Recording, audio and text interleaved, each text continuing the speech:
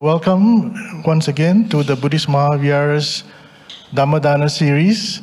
This is the fifth of the dialogue sessions that we have organized since if I'm not mistaken, October of last year. And all this is thanks due to Bhante Dr Chandima's initiatives. We've conducted 5. Today will be the 5th of the dialogue series. And each time we will invite hopefully there's somebody who is very knowledgeable about Buddhism and will discuss a contemporary subject. Today is a little bit more, I will say, indoctrinal, more spiritual. And the topic today is why dana or giving is important. Okay, and we have with us, our moderator this evening is none other than Uncle Vijaya. I think everybody knows him.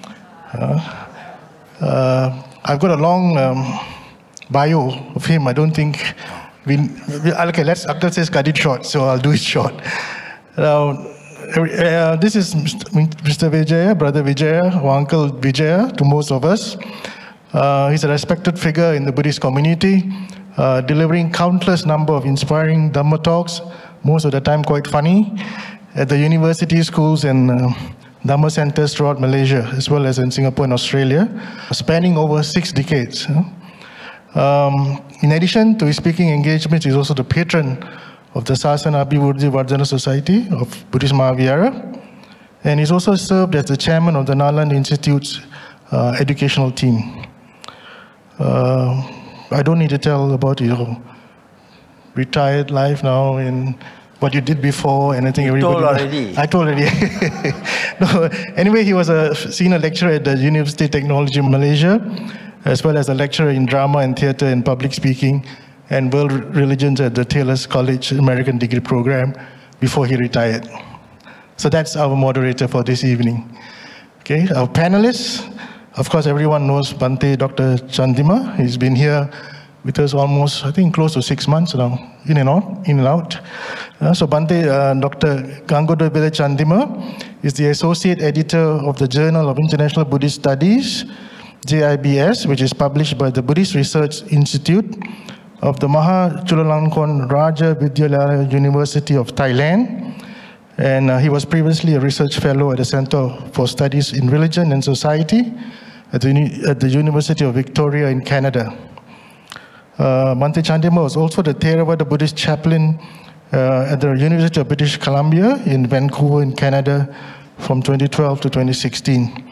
Bhante runs, or rather he's an advisor of an online Dhamma organization called Patisota, which is very active. If you go online, you can see Patisota, and Bhante is the senior advisor. And they conduct weekly online Pali reading classes, Sutta classes. As a matter of fact, Bhante does a Monday Sutta class here at the Buddhist Maha Vihara every Monday without fail, whether physically being present or online. And also conducts Dhamma talks and a variety of other Dhamma activities. So without much ado, let me now invite both a moderator. I'll pass the mic to the moderator to start this evening's Dhamma sharing. Uncle Vijaya. Thank you very much, Brother Leslie. Good evening, brothers and sisters. Namo Buddhaya. Bhante, greetings. This time I must admit I'm a little bit more comfortable because the last time we had a session, that was when we discussed Karma in BGF. And there the arrangement was that Bhante asks the questions and I answer. So, and I was very, very uncomfortable about that. Okay, but I've come with a solution to that, because in a teacher-relation situation, the teacher can question the student to see how much the student knows. So I hope I passed last time around. This time around, I'm a lot more comfortable because as a student, I want to ask the teacher a lot of questions, obviously on your behalf. And this time, last time was karma, this time we are discussing dana, okay, which is, I would like to know why dana is so relevant a topic. You don't hear other religions talking about dana.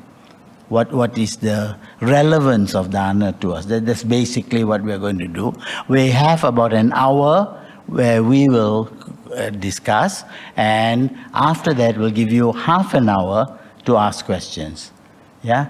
If you practice the principle of anatta, no personality, then you can write the question and we will read the question.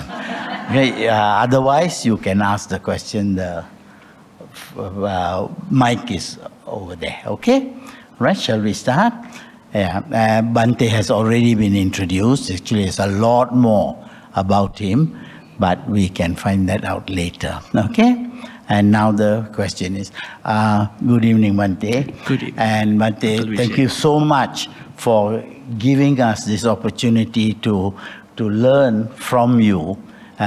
You have obviously an international figure, and knowing from you, especially at such a young age, you have so much of knowledge, and if we can get all this knowledge together, it'll be very good for the health of Buddhism. Today, as you all know, Venerable Chief was telling us, today is a very significant day. He said it's significant for Sri Lankans because that's the day the Buddha first visited Sri Lanka. He visited Sri Lanka 3 times. But on this first occasion, he sort of claimed Sri Lanka for Buddhism. Barely 9 months after he was enlightened. So he was a very young man then. And he came and he knew that Sri Lanka was going to play a very important role in the spread of Buddhism. And through venerables, going all the way down to Venerable Chandima, you know, the monks have been responsible, Sri Lankan monks have been responsible for bringing Theravada Buddhism around the world. And today, thanks to technology and so on, in the old tradition, wearing something I always am very proud to talk about, yeah? The robe that the monk wears is the only piece of fashion that has not changed in 2,600 years. So Armani and Gucci, you can eat your heart out. Okay, but Bhante's and the Sangha, the Sri Lanka Sangha Theravada tradition, they have brought it down, and given the new developments that are going on in the world, we are very confident that with clear-minded speakers who have a good command of foreign languages will be able to bring the Buddha's teaching even more directly. And we are today particularly fortunate in that we have an opportunity to learn more about Buddhism. Okay? And with that, Bhante, I'd like to start off with a very general question which has bothered me and many of my contemporaries who are working for the development of Buddhism in Malaysia. This is to do with people who are coming, who are new to Buddhism. And they get frightened off. Malaysia, as you know, is a country where a lot of migrants have come. Many cultural developments have taken place over the last 2,000 years. Right? And among them have been Buddhists from China, Buddhists from Tibet of late, and certainly Buddhists from Thailand, Burma, Sri Lanka. So they've all come here, each bringing their cultural version of Buddhism. So when somebody comes in new to Buddhism, finds it all rojak. I don't know how to explain rojak to you, but it's a mixture of all kinds of things. And they want to know whether there is one Buddhism or there are many Buddhisms. And if they want to choose, which should they choose? And do these Buddhists, now Bhante, how can we assure them that the Buddha only taught one Dhamma. And the cultural traditions need not be thrown away. It might be a source of strength, but how would you explain to such a person that there is but one Buddhism and it can be easily recognized? What are the common elements of Buddhism? My first question. Thank you, Uncle Vijay. I did not feel that you were uncomfortable on that day, though. I was. Don't forget, I've got a master's degree in theater.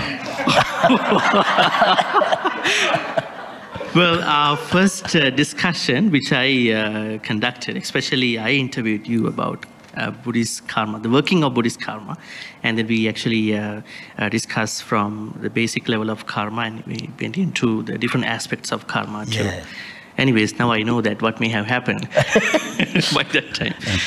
All right, good evening, Dhamma friends. Good evening, Uncle Vijay. It's an honor to be interviewed, to be asked questions from you. And you've been a very senior member over here. And looking at your question, particularly on Malaysian aspect of Buddhism, I would take it as a general question. I mean, wherever you go, if you go to a Western country, if you go to any other country, other than primarily a Theravada country, we see different people pour in from different other countries. And then they practice Buddhism in their own way, in their cultural way. So the shortest answer is, many traditions, one teaching. Many traditions, one teaching. Now, if people think in your own wording, what did you call? Roja. Yeah. To say that, I don't know what it means.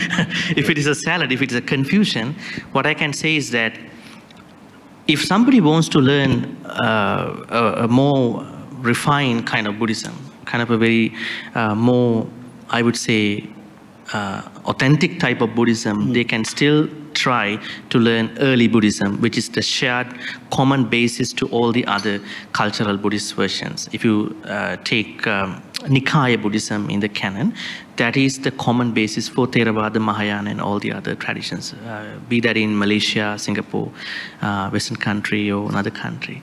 So the teaching is onefold, but there are many traditions, they are manifold, because they all try to assimilate onto the territory, that particular land, in their own way. But as I think you may have all started your Buddhism from that cultural version of Buddhism. But then slowly you find out, no, there are certain things that I may have not picked up. So you go for a sutta class. And then you learn some suttas from erudite scholarly monks. So overall, what I can say is one teaching, many traditions.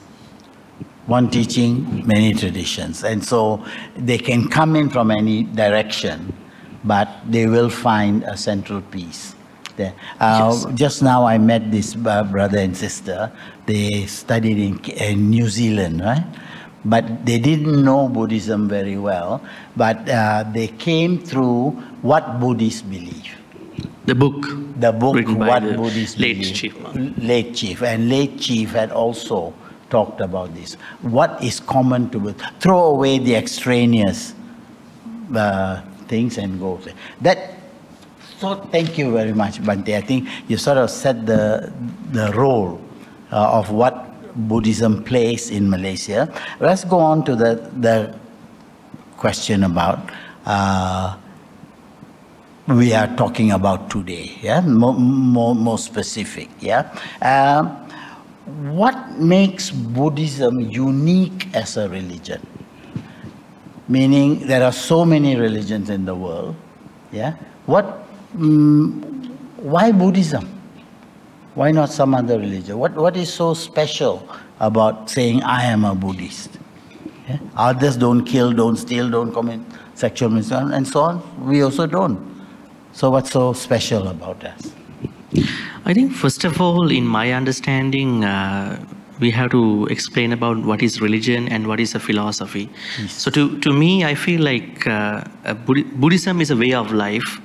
It might be neither a religion nor a philosophy, because if you if you put Buddhism into a religion, it would take the form of the Abrahamic religious background, one God and one thing. And if it is a philosophy, it might take the shape of other philosophies.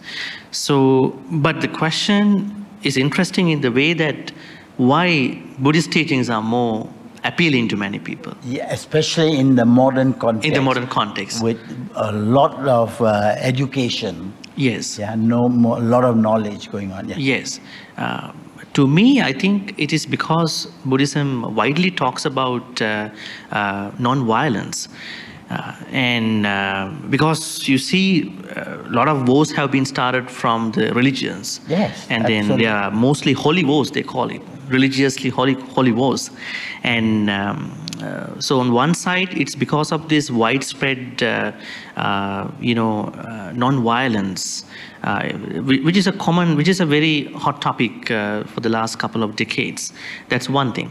Second is certain buzzwords, I would say, the concept like mindfulness and some other ancillary concept like, we have to, worry about the ecosystem, global systems, and so on and so forth. So there are two sides. One is it is a way to look at life.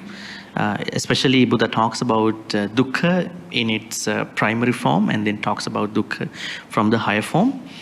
But dukkha has been translated in a wrong way by many, probably 17th, 18th century scholars. I don't say they have purposely done it. Maybe they translated in the line of Bible. Probably the command of the language. Command of the language by that time, like a Protestant kind of English Buddhist language.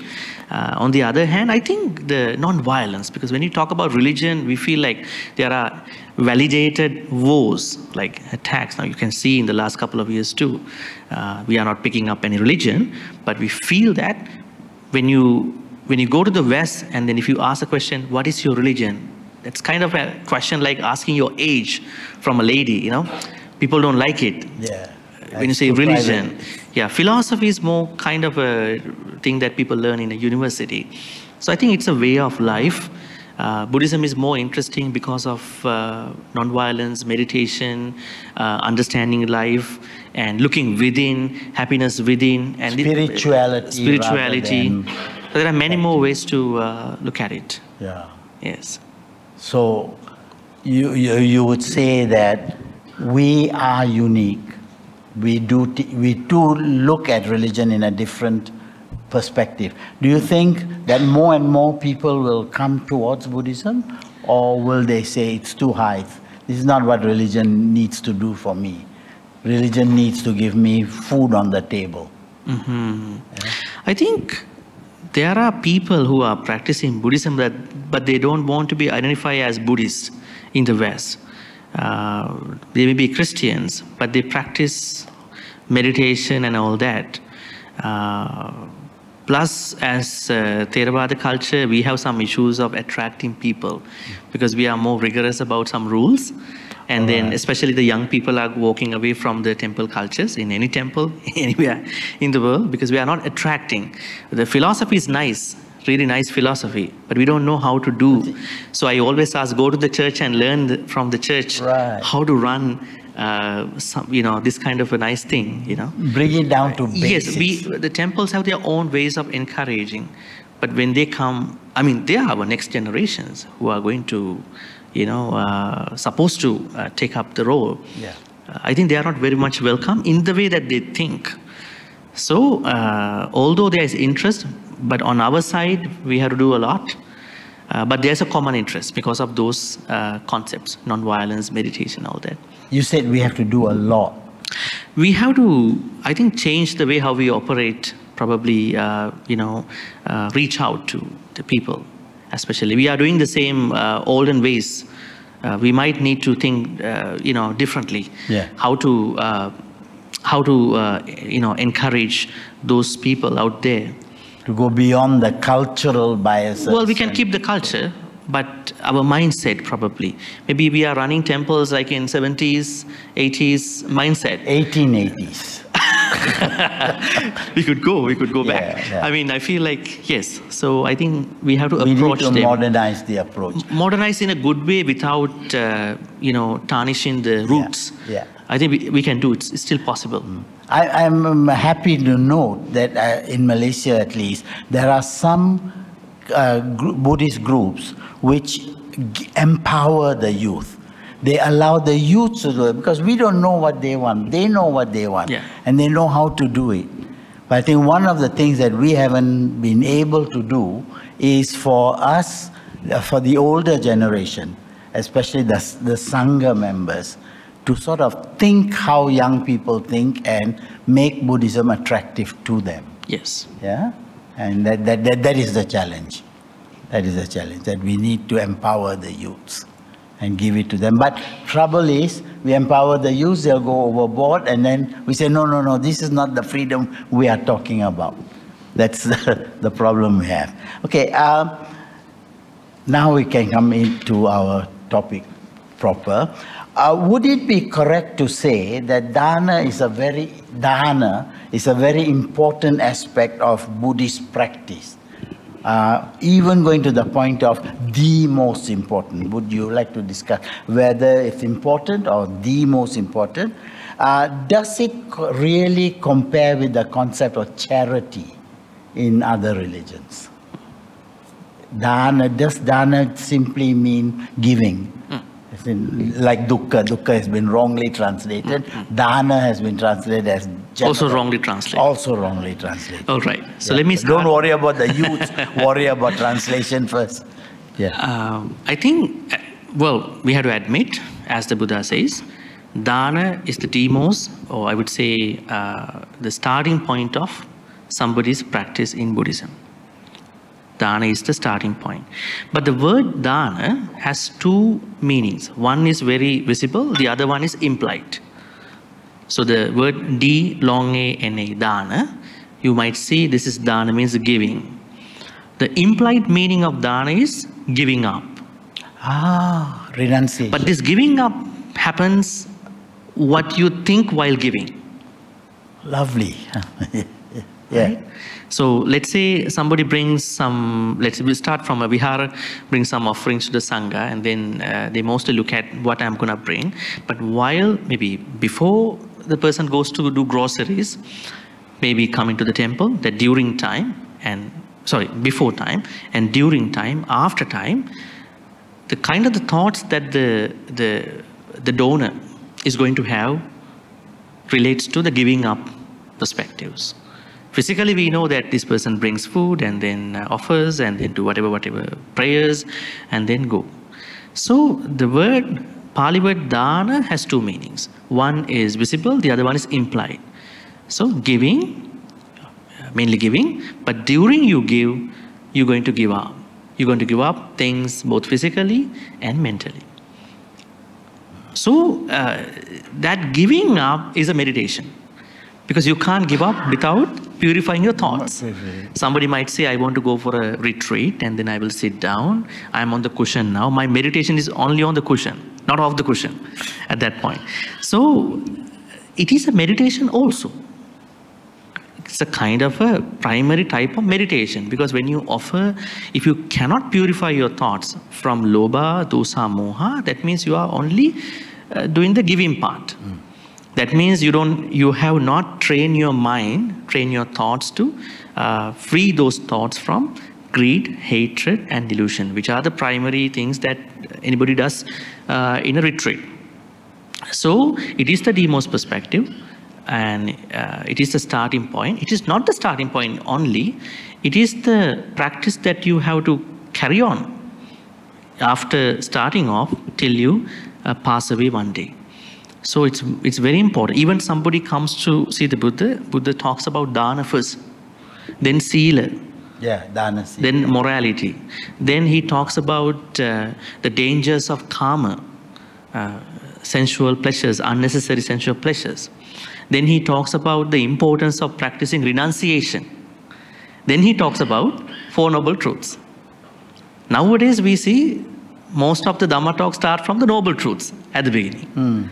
without talking about dana, sila, and this gradual process. Because Buddha knew, without practicing dana, nobody cannot practice Dhamma to an extent that person understands the Four Noble Truths.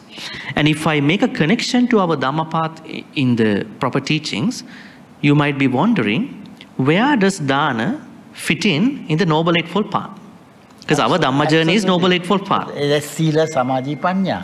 Samma Ditti, Samma Sankappa, and all these 8 Noble Path factors.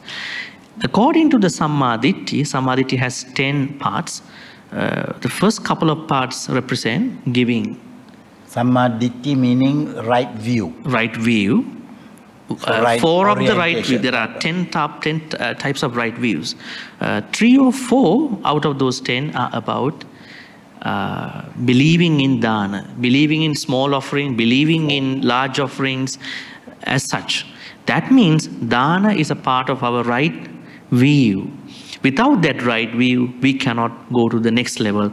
That means right intention, right speech, and all that. So it is the D-most practice. The right orientation. You get the... Yeah, right orientation. We are not disoriented. We are oriented on dana. Now, when we say dana, we have to keep it going on the side. Let's say you go to Samma Sankappa, Samma Vacha. Maybe you speak good words. Maybe you meditate. But dana has to be on the loop, on the side of your practice. You never give up dana, because while giving you have to give up whatever you are giving and whatever the thoughts of greed, hatred, delusion that are happening to you. And the other question you are making is charity. Yes, charity definitely. If dana is the starting point, then charity would be a way that somebody is going to be generous towards other causes, other important causes. I would say for a good cause, somebody can come up with a charity campaign. Yes, so they are all connected. Can you explain to us the 3 divisions of types of dana? Amisa dana, Amisa dana, Patipatti dana, Abhaya dana, Dhamma dana. Very interesting. Those 4, can you please give?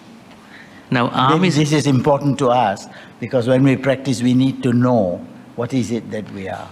Actually, Amisa dana, we call it Amisa Puja also. Amisa means the normal offerings that people do to Sangha or other people. Patipatti is a puja actually, it's not a dana. Patipatti means practicing the Dhamma according to how the Buddha said. And then Abhaya dana means, it's very interesting. That means we are giving fearlessness to other people. When you are with some people, you feel like very intimidated. You feel like threatened. So you are always talking in a way the other person feels secure. I feel secure when I'm with you. So we are giving that security to other people. Also, we might go to a bigger thing, like we go to certain places and then release certain animals, cows and all these animals, like fish in your Chinese culture, right? Those kind of stuff. That is what you call Abhaya dana. Dhamma dana is the highest dana in Buddhism. Let me explain that with a stanza which was given by the Buddha. Each dana carries certain results. I don't take this for granted, but I just share with you. Annado balado hoti, vattado hoti vannado, yanado sukado hoti, deepado hoti chakkudo, socha sabba dado hoti, yo dadati upasyang, amatan dadocha so hoti, yo dhamma manusasa. This is a stanza appears in the Sangyutta Nikaya, right? About dana. The Buddha says if you offer food, you will be physically strong. This is a result. That means if you are physically weak, you have to think about giving more danas, right? Physically and mentally, of course. And then, vattado hoti vannado. If you are not pretty enough, handsome enough, it is because you haven't given clothing to other people. The results of the wrong kind of dana. Yeah, so now this specifies to certain items about dana.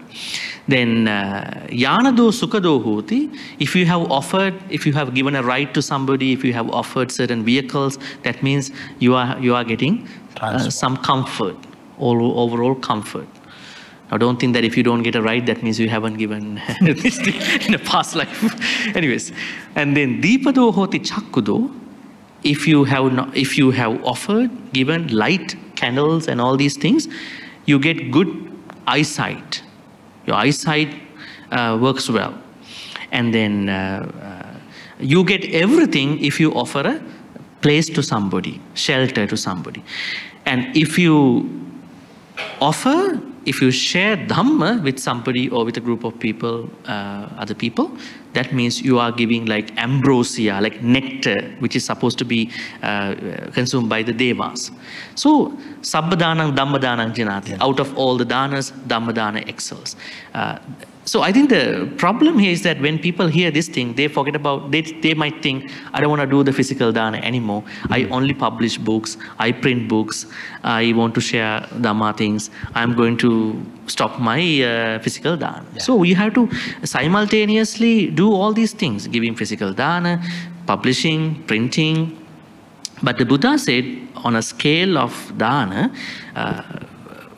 sharing Dhamma, giving Dhamma, printing Dhamma things. In today's world, we don't print books a lot, right? Because it's not that timing. We don't print a lot because we have lots of digital space nowadays. But if you share Dhamma, if you let somebody know the true Dhamma, that is the highest dana. So in this way, dana can work on a different scale. But I tell you in a kind way that do not pick one or the other. Try to practice all forms of dana. Because otherwise you'll be okay on one side, you'll be not okay on other side. Lopsided. Yes, you might be blind, but you get all the other things. Yeah. You may be deaf, you get all the other things. Yeah. So we have to practice everything simultaneously. So dana is the demos, the starting point. But once you started, don't forget, keep it on the loop, on the side, and do all the virtues. Which leads me to the next question. Is dana alone enough to gain enlightenment? What is our because when we look at the life of the Bodhisattva, so much of it was based on dana, giving, renunciation. Can this one thing, can I concentrate on dana and become a Buddha? Dana? Yeah, very interesting question. Actually, the Buddha fulfilled paramitas. Yeah. Dana is only one of them. The first. Yeah, first virtue. Actually, Bodhisattvas are practicing paramitas in 30 ways. Pacceka Buddhas practice the paramita in 20 ways. Yeah. Arahants practice paramitas in 10 ways. I think people mistakenly understand that there are only 10 paramitas. Let me tell you. Dana, Sila, Nekkhamma. Panya, Viriya, Kanti, Satcha, Aditthana, Metta, Upekka. 10 names these are the 10 virtues that the Buddha practiced. Bodhisattva practiced before he became a Buddha. Yeah. Which we call paramis. Paramitas. Mahayana has a different version. Theravada has a different version. So, now when it goes to dana, Bodhisattvas practice dana in 3 ways. Not only in 1 way. Dana parami, Dana upaparami, dana paramatta parami. Let me explain to you. Yes, please. Dana parami means, we call in Pali, bahira banda parichago dana parami unam. If somebody can... Before that, sorry Bhante, what does parami mean? Parami means the fruition of that virtue. Now we practice virtue, sila, meditation, bhavana, but we don't go to the fruition. The pinnacle of that particular virtue is the parami. When you go to the pinnacle, you fulfill the paramita. The highest level. It's important we know that. We practice on a different scale. Maybe we are not going that much. We are just going here and there, like a neutral car, go here and come back. Yeah. So, parami is that. So, each parami, now, Bodhisattvas practice each parami in 3 ways, making it to 30. Now, we pick up dana. Dana parami means giving external things. Food and those things, what you can give to. Amisa, mostly amisa. Like what our people also do, mostly our devotees also do. Dana upaparami means anga parichago nama dana upaparami nama. That means if somebody can do an organ donation, including a blood donation, that is anga parami. Dana upaparami, which not everybody can do. Right? Even though you might like it, but you are not physically strong to do that. So organ donation, probably a blood donation, and that kind of dance, like a step further than that. Then the last section of dana is dana paramatta parami. That means jivita parichago, risking the life. Somebody is trying to help out somebody. Like when the Buddha jumped off, Bodhisattva jumped off the cliff to feed the hungry tigress. That's a Mahayana version. Mahayana version of that. Our version is the rabbit. Oh, okay. Sasajataka. I think that's a beautiful story. I think you should share that with them. All right. So why the full moon has a rabbit? Yes, that's interesting and it's funny too in a way. Yeah. So the rabbit was a bodhisattva. So the Sakka, the head god, wanted to test the rabbit's sacrifice. So he came in and he said, I didn't eat food for many days. Then the rabbit was very compassionate. Yeah. We became overpowered with the kindness. He said, I am going to jump. And then he jumped. The Sakka, saved him. But then probably some interpreters say Sakka brought the rabbit onto the moon. And making that the moon has a rabbit, but it's not. Yeah, the version I heard was he squeezed a mountain, took the juice and painted the... Yeah, that's other interpretation. Yeah. So anyways, that is the version how we understand dana paramatta parami. Yeah. But in our normal life, dana paramatta parami, to my understanding, is you are going to sacrifice probably your life for a worthy good cause. But I advise don't do that because that's a dangerous thing. It's not that you're going to take life like many frustrated young people do.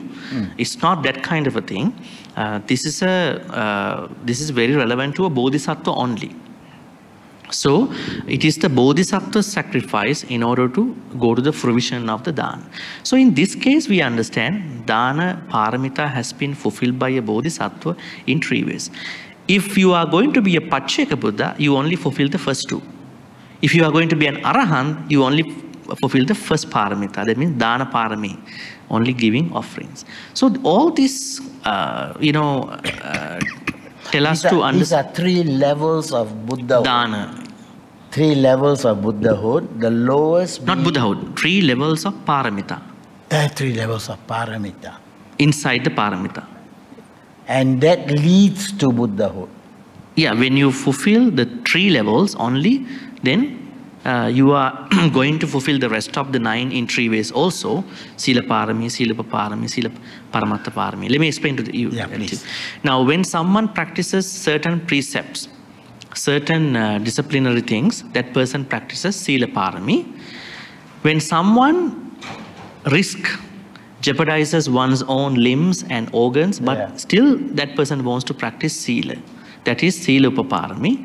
When someone is to practice sila even by sacrificing one's life, that is sila paramatta parami. This is how the bodhisattvas practice paramita. Now our conversation is about dana. Dana is the demost thing. Dana is the starting point. We have to keep it going all the time while we are practicing other virtues.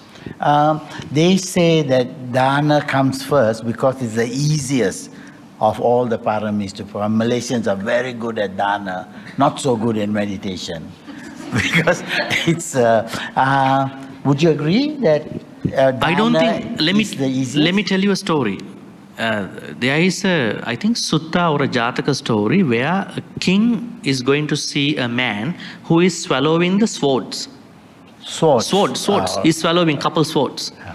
So the king was telling the Purohita, the minister next to him, see that guy is swallowing swords. Must be a very difficult task. Yeah. The Purohita is telling him, giving dana and then looking at dana after the dana is more difficult than swallowing a sword. Whoa. You got that one? It's more difficult to swallow sword. More than that, it is to give dana. That means people don't know the true dana. That is why this question arises.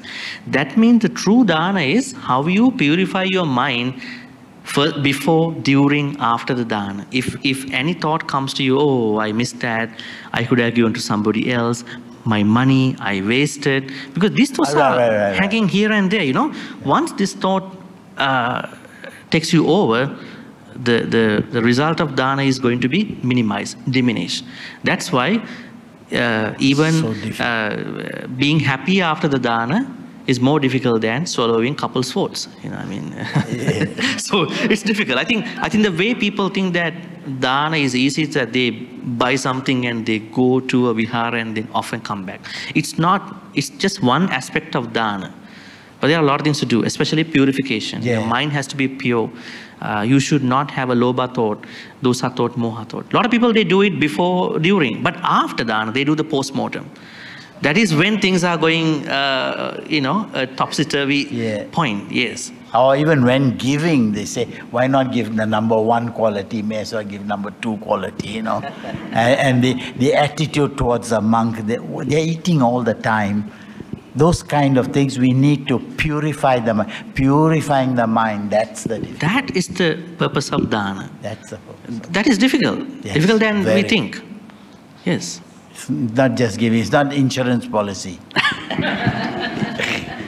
Yeah. Leading on from where we were, the Buddhist path is sometimes divided into Sila, Samadhi, Panya. And I think in the Mahayana tradition more, Dana, Sila, Bhavana. So it's Sila, Samadhi, Panya, which we, there is Sila, virtue, concentration of the mind, and wisdom. That's the Eightfold Path which we Theravadins follow. All right? But there's another path which says it's Dana, Sila, Panya, Bhavana. Dana comes first.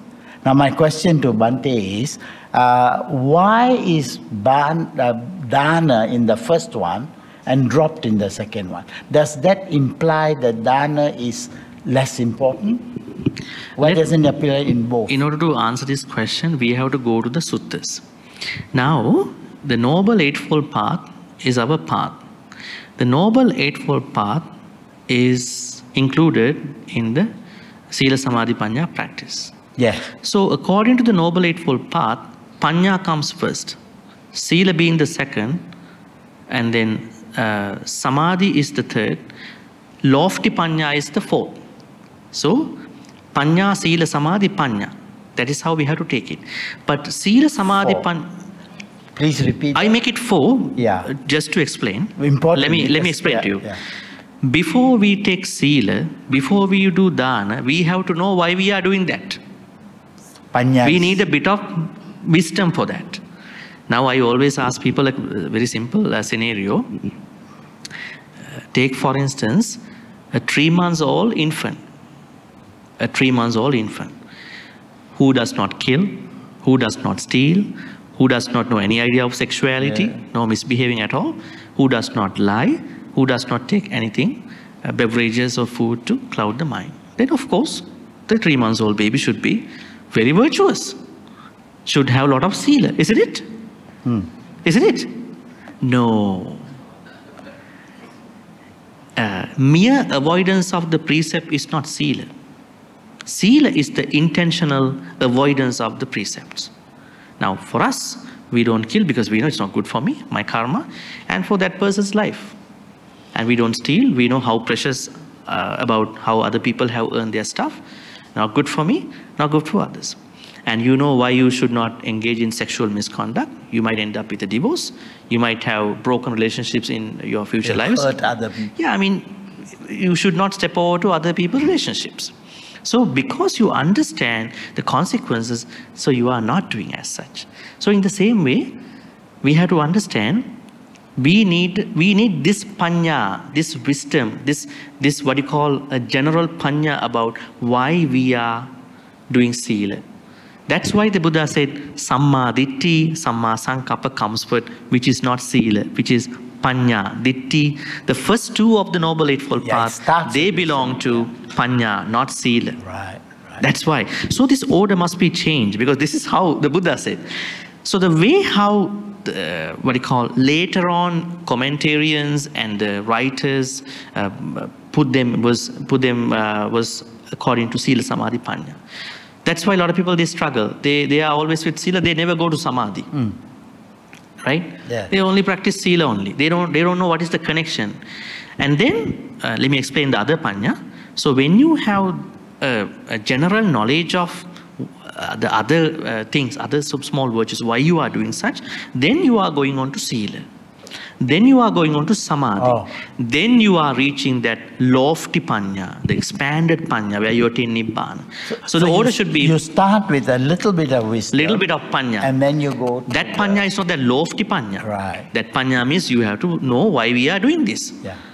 I mean, we have to do that. Wisdom leads to wisdom. Yeah, yeah. So probably a minimal version of wisdom that leads to sila, and that sila leads to samadhi, and overall leads to panya.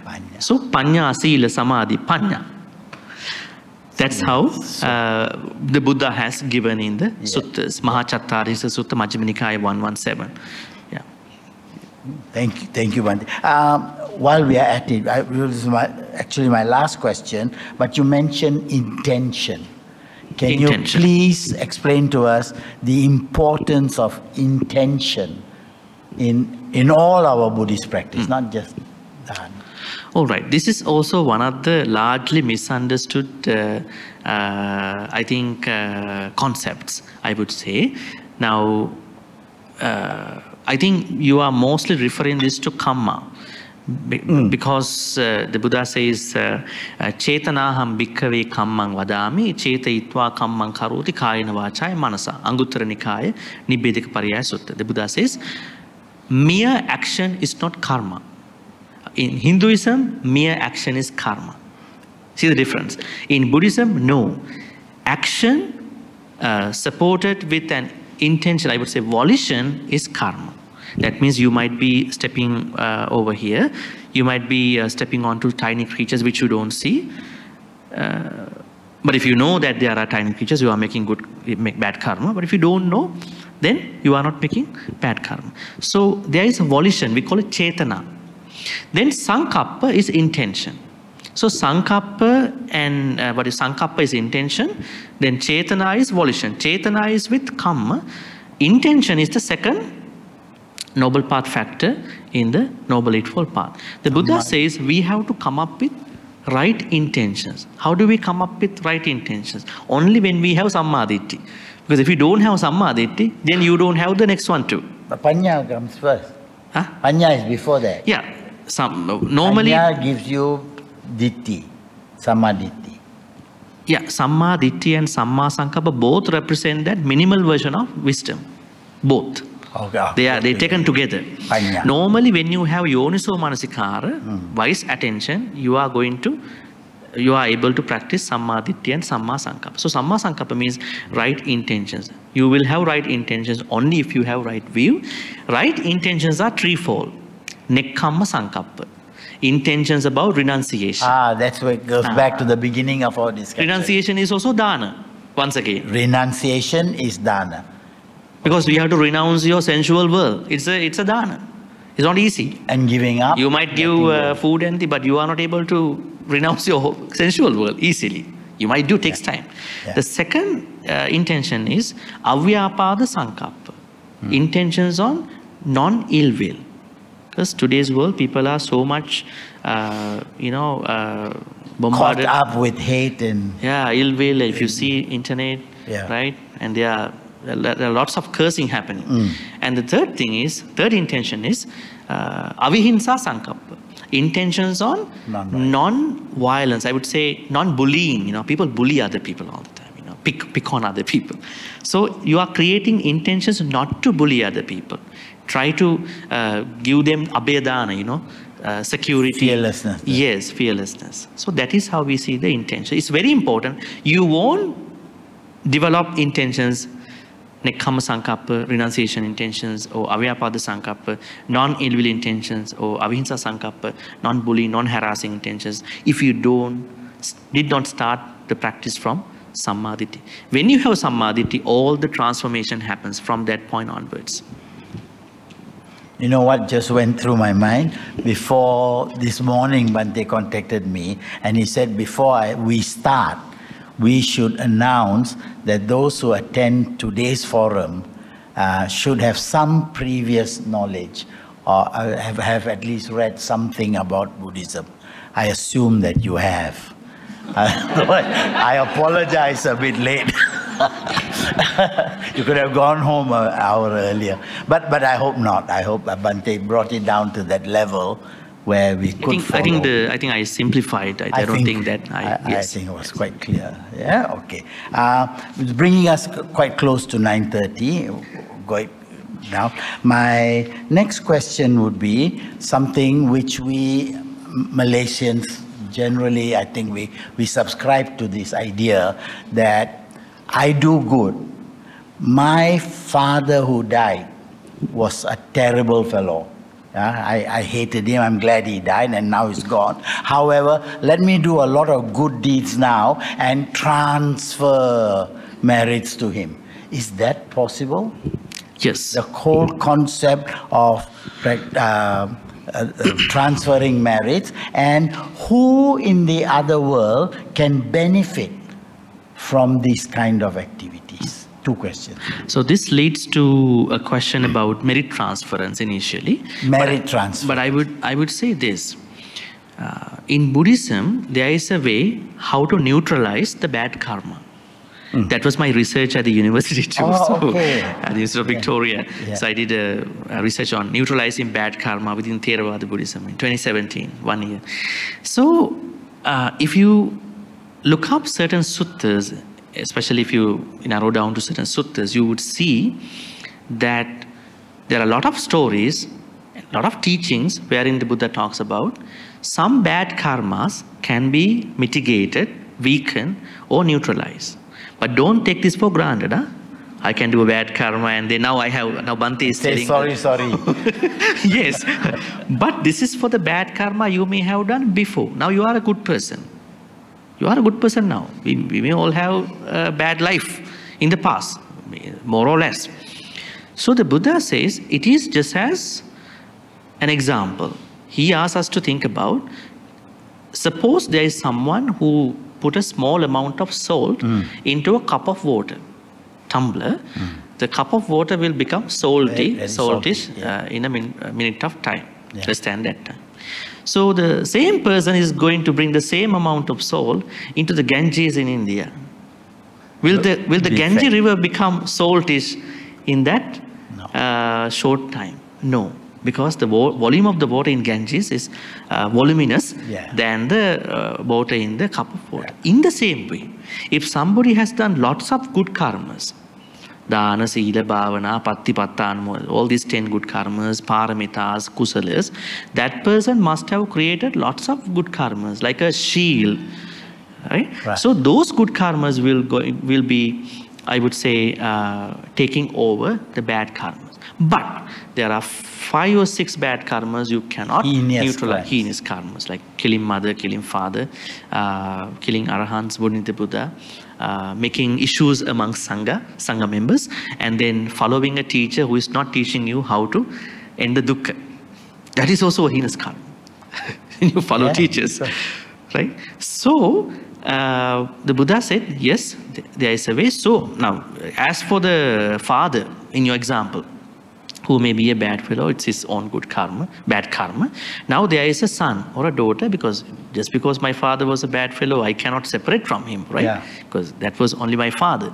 So now I have to do good karmas. Now you are asking how to do it, whether it is receivable, transferable.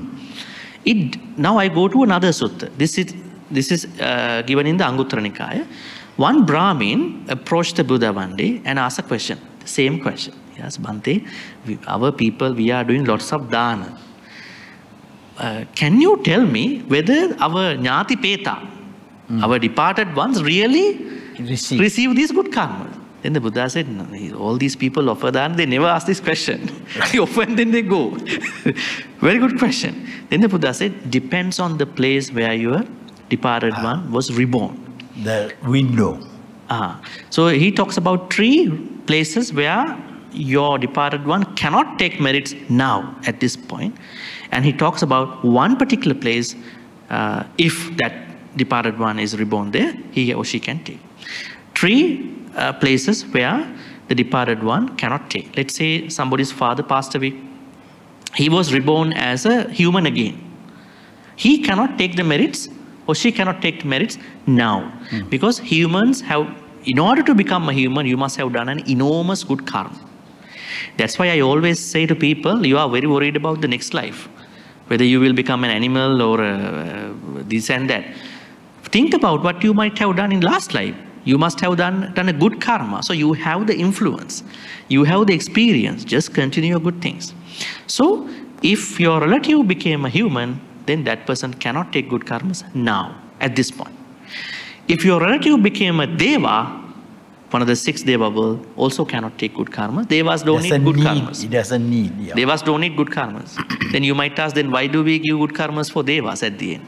It is because we want to minimize our selfishness.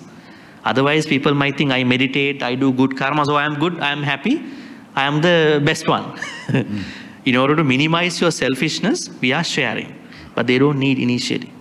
And then, if your departed one was reborn as an animal, then that person cannot take good karmas now. Let's say your departed one became a cat or a dog. Or a ghost. Or a animal or ghost, they cannot until they finish. Then the Buddha talks about the only one place that these good karmas can be transferable and receivable now at this point while they are doing the dana time. There's one place called Paradattupajivi, a Peta world that is subsisted on the good karmas that are sent from the previous life people. It's like a transit.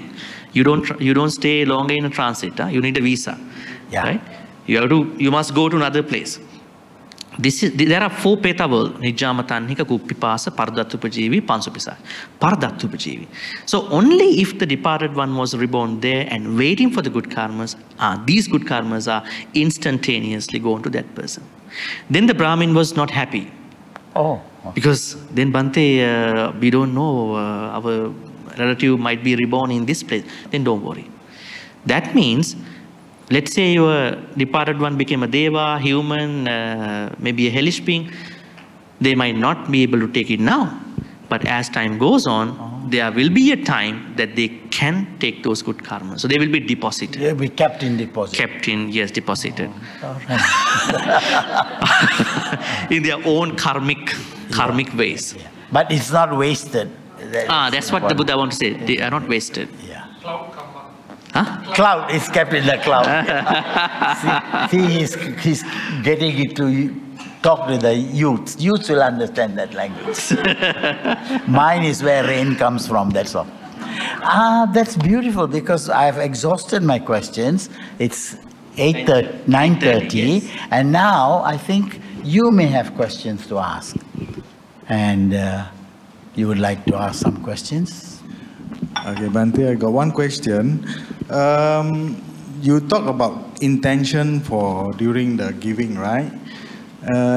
I think I come across like 8 kind of intention, and the last part is like one give a gift for the purpose of ornamenting the mind.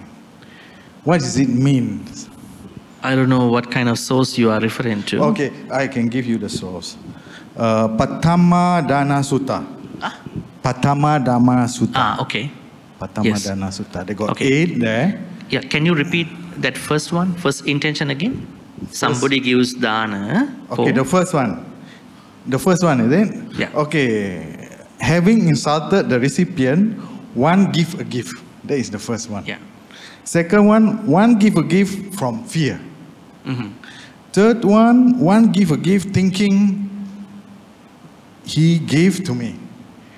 The fourth one give a gift thinking he will give to me. He gave to me, he will. All these are wrong ways of doing dana, wrong intention. So you can keep going, the list. Okay, number 5. One give a gift thinking giving is good.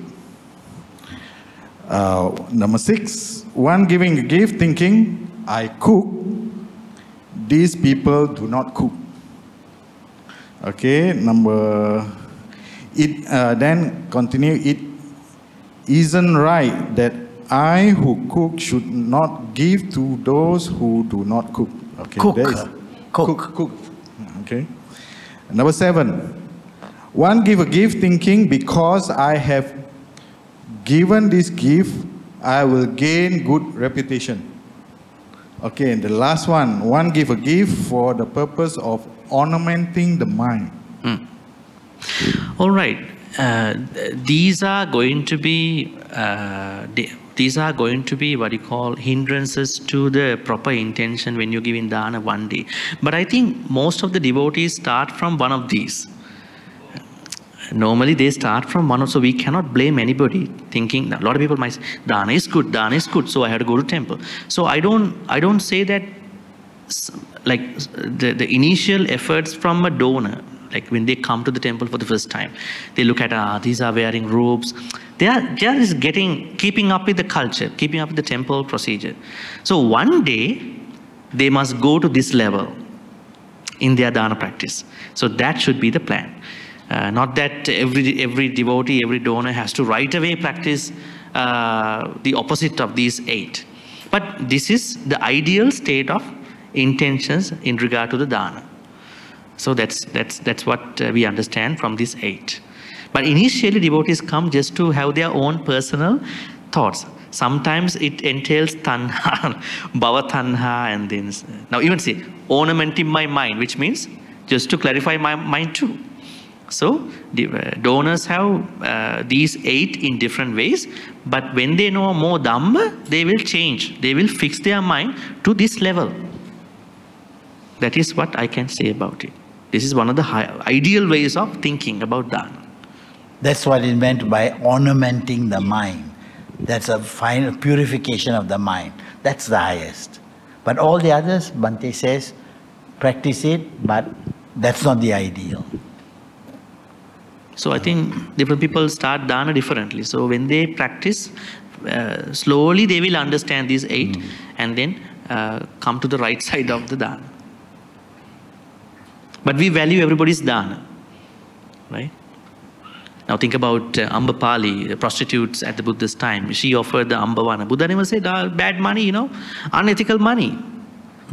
He never said, you earn the money in bad ways. No, he accepted the Ambavana. And the offerings given by Addakasi, another prostitute, he accepted. So I think while we're learning certain suttas, we have to understand the stories also. I mean, the Buddha's real life, how he managed dana. Is giving to the bhikkhu more better than giving to others? Giving to whom? Bhikkhus and Bhantes, and more important than giving to others? Which is a better investment. Yes. Okay, 2 ways to look at it. Two ways to look at it. Let me answer your question in 2 ways. Now, why our devotees are only looking for Sangha? Normally we understand if you want to offer, if you want to, do something for your departed ones, your favorite part is finding a temple and offering dana, because you understand Sangha is more virtuous than others. That is how people approach Sangha. But when you take dana as a practice, you cannot only include Sangha within that. So I always say, you have to make every moment an opportunity to be generous. We have to make every opportunity to be generous. That this is what we understand about the dana concept in Buddhist teaching. I will explain in 2 examples.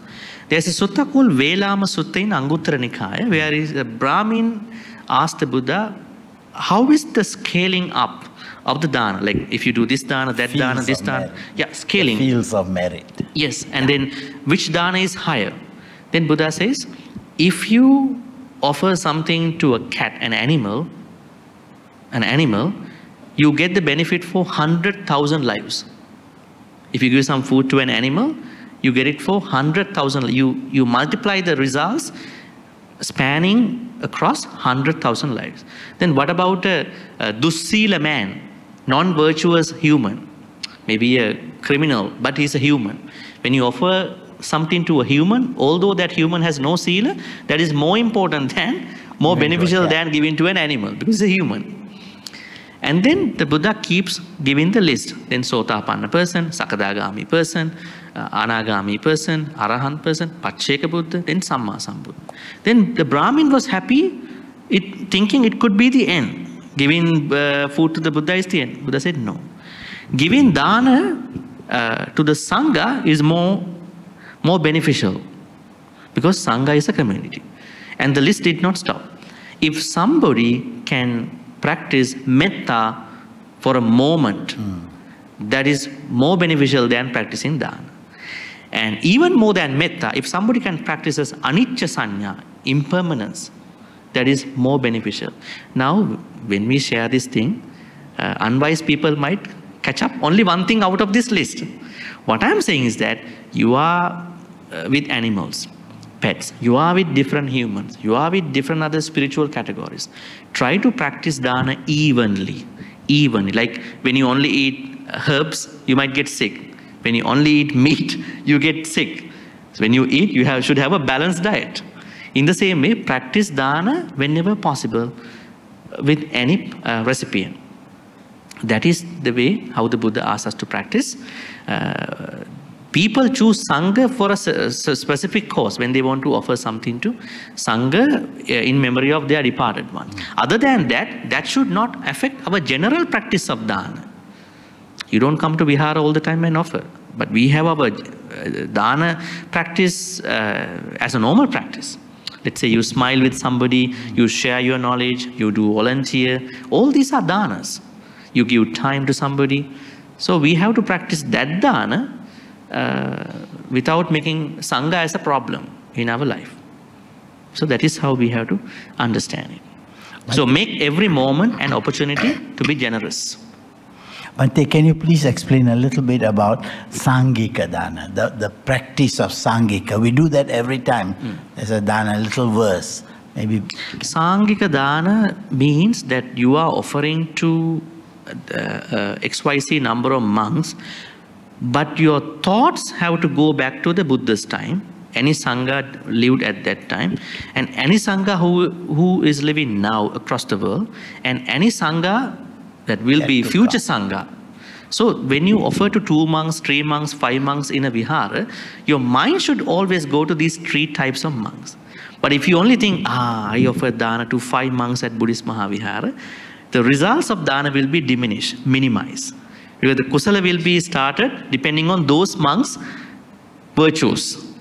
You are offering to them, but when you are offering, you have to think that I am giving this dana to all those monks who lived at the Buddha's time. All the monks who are living far and wide. All the monks will be monks in the future. For all these 3 times of monks. So that is how we're going to do Sangika Dana. Sangika Dana is not 1, 2, 3, 4, 7, 30, 100 monks. Sangika Dana means you choose the monks according to the place, according to the time situation, but your thoughts are going to those 3 types of monks. That is Sangika Dana. Is there a number, a particular number that you can...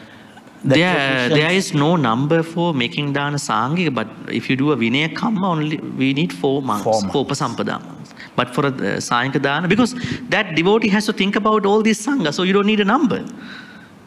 Now, in this example, the devotee has to think, you may have 1 Upasampada monk with you, high ordained monk, but your mind has to go to all those Sangha members. So you have all so monks. It opens up. Yes. So you shouldn't be worried about the number then, at that point. Bhante, I have 3 questions here. Question number 1 is the practice of releasing birds, fish, and also other animals is a good practice of dana?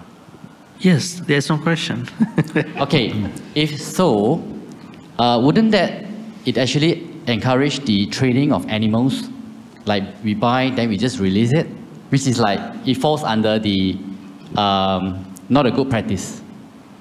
The question is that, by having this idea of releasing birds, you're actually creating a situation where people catch birds to release them on Vesak Day. And the poor birds suffer even more. Yeah.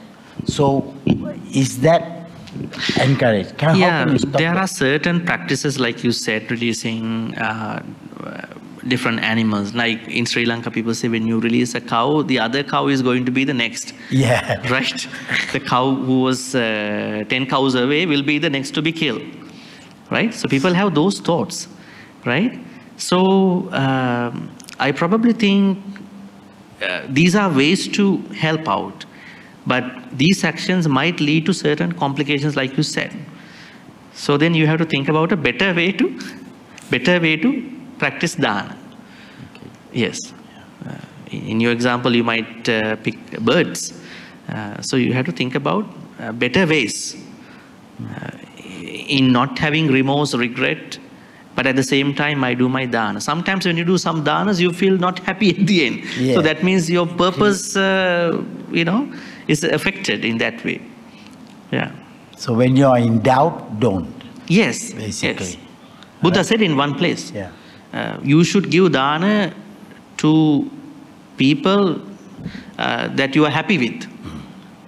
Right? Because when you are not happy, you should not give that dana, because you are struggling within your mind. So you don't have alobha dosa moha, dana sila dana metta panya. So I think you can think about better ways to give, better ways to release. Maybe you can search more about this releasing from different places, right? There may be more disciplined places. Yeah. Maybe more professional people who might be doing this thing in a different way. Yeah. Probably you can check with them too. Yeah. Please, Bhante, allow me to share with you what happened 30, 40 years ago here. People were doing this in this temple, and our late chief put a stop to it. He said, on Vesak Day, no birds, no animals will be released in this area. And they were furious, because they said, what right does he have to tell us? But put that discipline down. Now we never have Vesak Day, we don't have releasing. What we encourage is, go to the jungle. Take these birds on off days.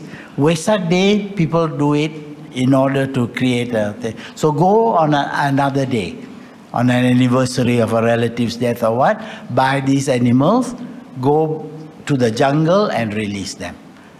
So that way you are not using Buddhist important days in order to create suffering for the animals.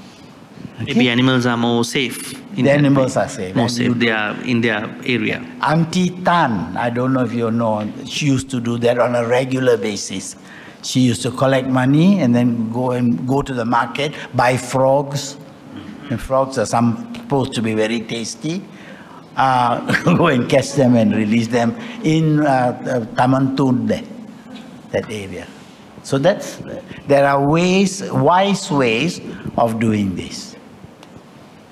I think the action is good, should be done in a good way. Definitely. Proper way. That is abhaya, giving fearlessness. Okay? One more question. All right. My second question is, this happened like a couple of years ago. I think very long time ago. So when I was a student, I used to go to temples to offer dana. So I just cut some fruits and also bring some of cooked food. So every time I go to the kitchen, the auntie will say that, oh, your presentation of food is not, the food is not presentable. So the auntie will just I have to recut for you, I have to re-prepare everything for you. So this happens most of the time, that every time we youngsters, when we go to the kitchen to offer dana, food, whatever, it always being supervised, looked down. Yeah, supervised or being commented. Yeah, what's your view? Not only students, I also kena. Yeah. And I find it this is a practice in most of the temples. Yeah. But this is such a good question. Sorry to hear that, though. I mean, this can happen when some certain devotees have been going to a certain temple for many years. They might inadvertently take the ownership of the kitchen.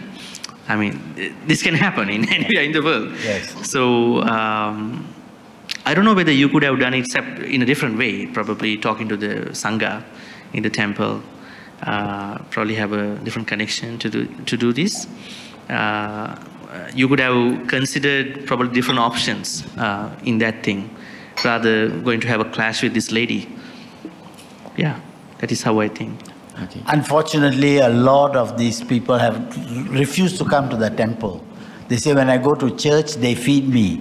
Here they scold me. But you have those type of people, you have to learn to spread your metta. Don't use her as somebody who scolds you. That's Kuan Yin testing you. I think probably you would have not cut the stuff. You would have brought things without cutting and asked her to cut. Yeah. Yeah. You could have thought, this lady is complaining about my cutting. Next time, I buy the food from the place where she likes and give to her to cut. But with metta. What with metta? Yes. So I think we can work with any difficult person. We have to know how to handle it. Because we take the first impression and walk away and then blame that person. She means well. I mean, she wants, She wants to cut good in a good way. Yeah. All right, my last question. Oh, trigger. This also happened when I was a student. So we actually from the Buddhist society, so we actually invited monks for a house dana. So we actually invited, I'm actually from Penang, so we invited monks from Mahindrama temple. So we offered the food. Then at the same time, we also eat together. Like after food, then we actually separate, then we eat together. Then the monk told us that we shouldn't do that because we will end up in hell. You what? End up in hell. Yeah. Oh? Yes. Got hell. Yeah. So this was actually a very serious occasion. Like we actually encouraged the students to do dana, then suddenly end up in hell. Do you mean eating together with monks? Like the monks are, the monk was eating on the table. So after like taking the food or whatever, we separate the food, so we eat at this side. Yeah. But at the same time. Your question? So, I don't know how true it is, but according to the monk, it was actually from the sutta. He was saying that a lay woman was preparing the food, then suddenly the child was having problem, like disturbing the mother. Then the mother gave the food to the son, and at the same time the food offered to the monk or to the Buddha, something like that. I couldn't remember the actual sutta, but that's why I'm actually asking for any clarity.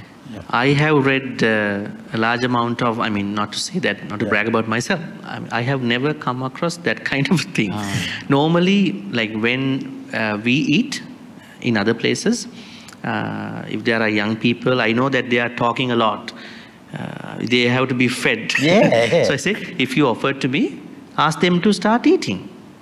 Yeah. And we don't have to make it a big problem. But if you work with some adults, some elderly devotees, yes, I understand the concern. So then we have to work with them differently. But there is no such thing that to use hell to threaten people, like in the Christianity. You are sinners. You have to learn from here. That's the starting point. Some places, the Bible Belt in the southern United States. So I think there is no such thing. Probably their own house rules. Own house rules, so we respect. Yeah. But the two temples I know, and especially even in Thai temples now, once the monks have started, then the lay people I don't think devotees have to wait. Yeah, that's the practice now. But you have to take the consent from the monks, If they say no, then that's a different thing. Yeah. But normally, I think the modern Sangha is okay, They might say, you don't have to wait. So I come from a tradition where when we cook, we don't even taste the food. Yes. We can't taste before. Sri Lankan way, Sri Lankan way. Now we taste lah. But the problem is, because we want to give the monks the best. Some monks are asking why this is so salty. Because I did not taste it. Why so sugary? So then they said you have to taste and see whether they can eat or not. Yes. But taste, but only here. Don't take it in and get involved with the taste. Okay. These ways of getting around problems. Okay, thank you. Bhante, there's this practice where the alms giving is a form of dana. So for us as a Buddhist, when we give alms in like Pindapat, and especially not so much in Malaysia, but some other countries where you have monks in the public asking for alms, which is part of a practice. I have people asking me why Buddhist monks or the Buddhist practice encourage begging. And I don't know how to answer, because from a Buddhist point of view, I said, yes, I did explain that it's for us lay people to practice dana, the act of giving. But when the non-Buddhists, they say it's like Buddhist is beggars. So how do I explain to people? Very interesting question. The purpose of going for Pindapata is not begging food. One thing is that at that time of India, people did not bring food to the temple. There was no tradition as such. This bringing food to the temple started off with a special story. There was a monk who was followed by a lady all the time. He cannot see, others can see. Because of a bad karma the monk has done to this lady in a past life, in a relationship. So the king Kosala said, you don't go for Pindapata because people are saying different things. So you stay in the temple, I will send food to you. That is the starting point of Dana in the temple premises. So initially Pindapata was started because at that time there was no tradition for people to bring food like today. Second thing, if you see the deeper meaning of Pindapata is to benefit many people as the Sangha can. Otherwise Sangha has a lot of food in the temple. They don't have to go for Pindapata. But I think according to the today's scenario, Thailand is okay, but in other countries, Sangha has to understand the public perception sometimes. I mean, if this is leading, if there are Buddhist devotees, then it's okay. If you are going on a different neighborhood, that might entail different other things. So I think they have to understand when you organize a Pindapata, in arms round, then the devotees have to understand what will be the public perception in that area.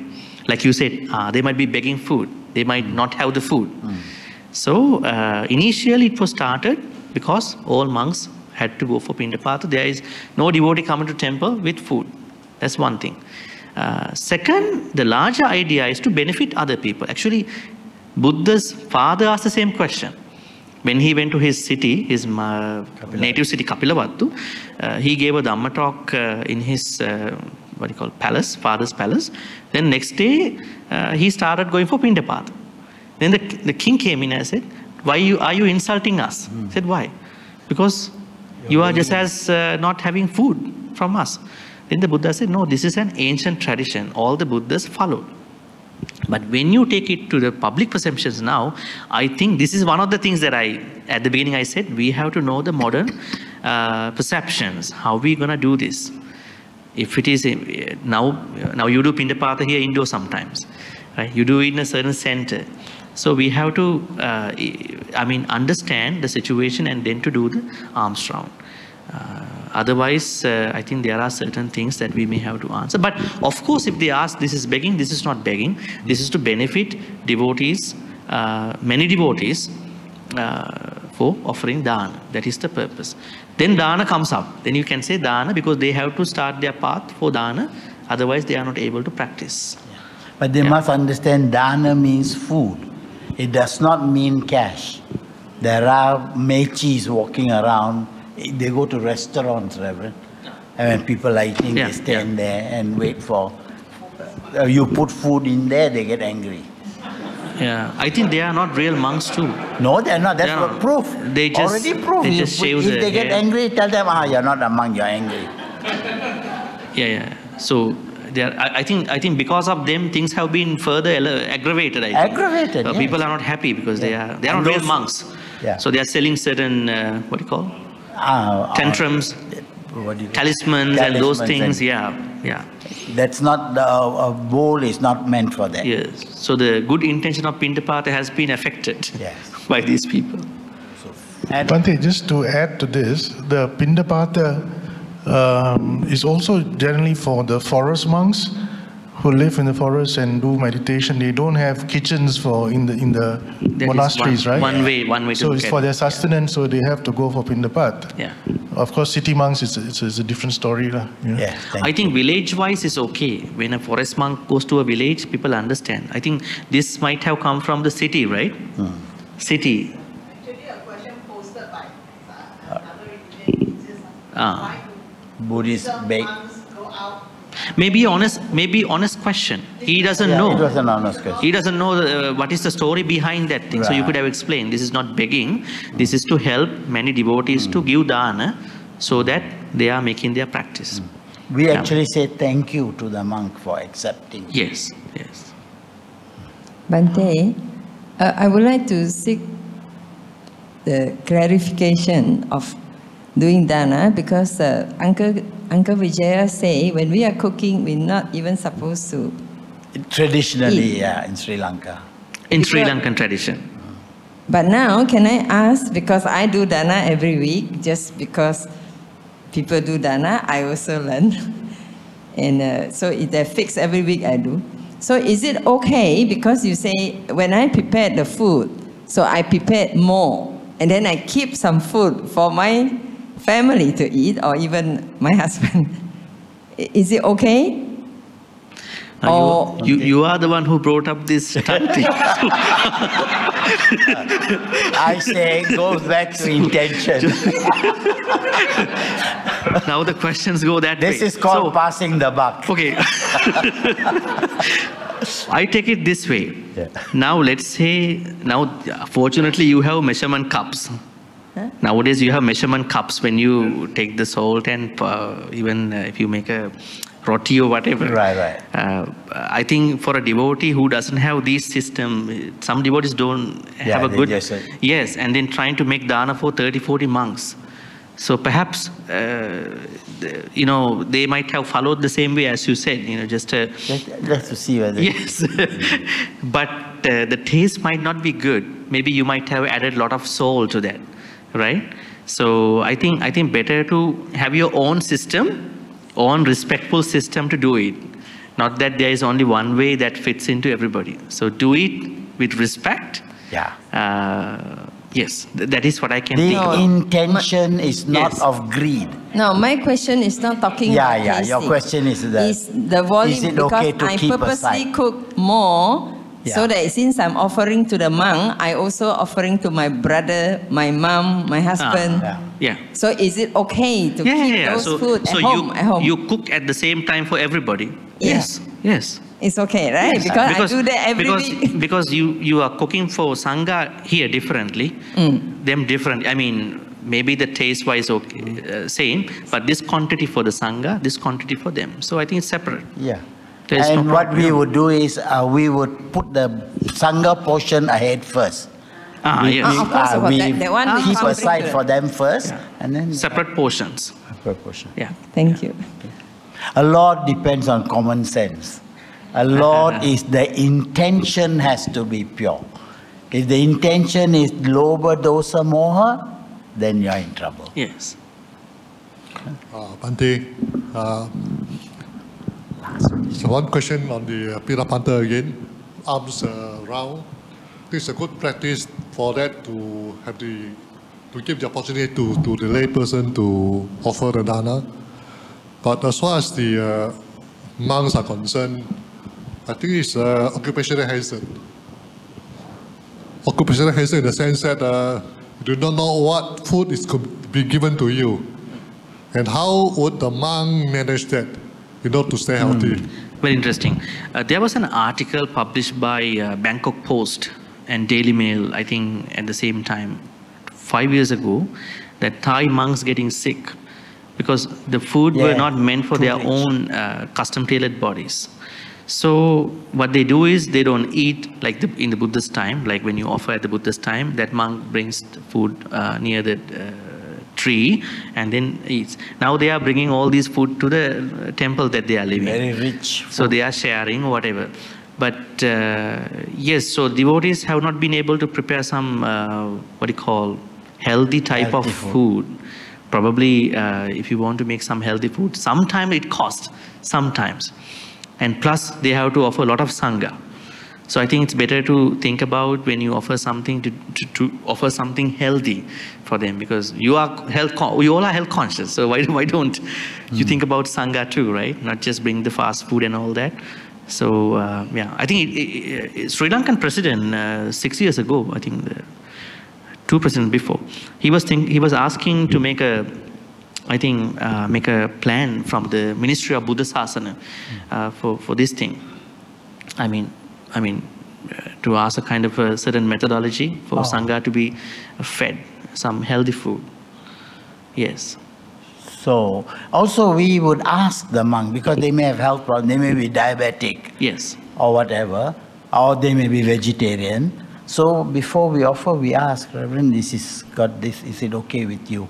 Yeah. Normally they will tell you also if they're diabetic or whatever. So it's a question of today's day to be friendly with the monks, to ask them what they need, and for them to... Not that you cook whatever you want and offer, and they should eat. Yeah. That is not nice, right? Yeah. And you never do it for your visitors who are coming to your house. So I think, as you said, there should be a mechanism. I'll share this with you. There was a Sri Lankan monk who came from Sri Lanka, and this poor lady had made chicken rice. And the poor monk, they put the chicken rice with the blood, you know that. But he had no choice. He had to eat, and he was sick. He was, literally sick, because he couldn't eat. So we have to be conscious, where do they come from? But on the other hand, the devotee has a lot of faith. Yeah. I think that faith has to be structured. Yeah. We have to tell the devotees, do it. She didn't know. By understanding how to do it in the proper way. Right? I think we are reaching time. We are almost time. Shall we say last question? Yes. Okay. Bhante Chandima here from Canada, I understand. Have you tried asking for alms in public, Just took your alms and go anywhere around the streets of Canada and ask for alms like that? I be getting the same questions like, why are you guys begging? Try asking for alms. Depends. It depends. Actually, it depends. So we don't go. Plus, we cannot go. It's very cold. We cannot go like the same way. But devotees are organizing certain alms round for Vesak or Katina. Only on those days we make Even those who are not your devotees, you just know they're just strangers. No. That's not good with that culture. Oh. Yeah. Because that's why we have to understand the public perceptions. Here it could be okay. Because there's not that culture. Unless it is a Buddhist area. Maybe some Sri Lankans, maybe Thai, Chinese. Yeah.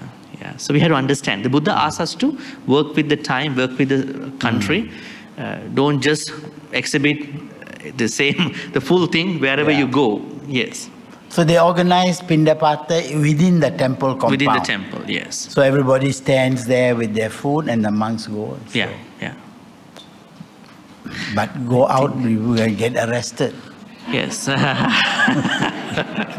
Okay, it's time o'clock. Thank you so much, Bhante. It was really enlightening. I'm so happy. I'm so comfortable that it was the other way around. And thank you so much. I'm amazed at your knowledge and your knowledge of the Tripitaka. Yeah, and thank you for sharing. And we hope you come again. And we got another session. Right. Thank you very much, Bhante. Do we share the good karmas? We will share the good karmas. Yeah. To conclude this forum, why is giving important? We have now already discussed about different elements of dana. Dana is the starting point. Not even the starting point. It is the activity that we have to keep going while we are doing all the other virtues. Thank you, Uncle Vijaya Samarawickrama, for all this. And thank you, everybody, for coming up. Now we're going to share all these good karmas with the departed ones. May all the departed ones who passed away in the name of all of us be able to receive all these good karmas which we've been making today on the full moon day. May they be well and happy. May they attain the supreme bliss of Nibbana. Sadhu, sadhu, sadhu.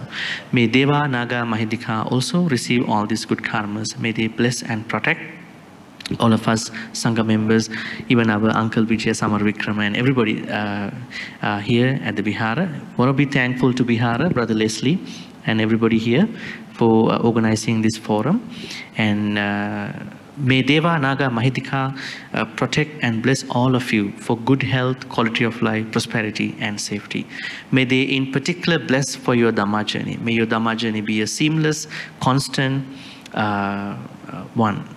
May you be able to practice Dhamma without any problem. May Devanaga Mahidika finally attain the supreme bliss of Nibbana. Sadhu, sadhu, sadhu. In this sansaric life, may we be able to be in the company of the Kalyana Mitras who can guide us, who can help us, who can be the light that is guiding to the next level of our spiritual path. May we be not in the company of the Papamitas, thinking thus we're going to make a wish.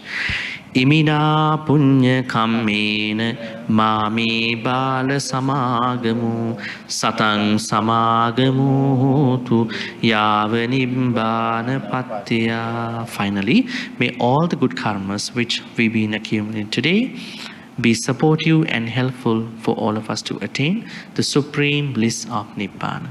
Sadhu, sadhu, sadhu. Blessings. Abhivadana siddhis niccang baddha pachayino chattaru dhamma vaddhanti ayuvannu sukhang balang ayurarugya sampatti sagga sampatti mevacha atho nibbana sampatti iminate saminjatu. So we've come to the end of this evening's Dhamma sharing and dialogue. I hope you were highly entertained and enlightened by both Uncle Vijaya and Bhante Chandima. Of course, we'll plan for another one soon, Bhante, before you leave. I think a good topic would be how to bring youths to the temples. I think there was a key point that was brought up by Uncle Vijaya just now. How to bring youths to the Buddhist centers. I think that will be an interesting subject. And so before we end, let me take this opportunity on behalf of the monks of the Buddhist Maha Vihara and the Committee of Management of the Buddhist Maha Vihara to thank Uncle Vijaya and Bhante Dr. Chandima for being with us this evening and sharing their knowledge on Dana. I hope you all will take home a good understanding of what Dana is now. And we look forward to seeing you again soon.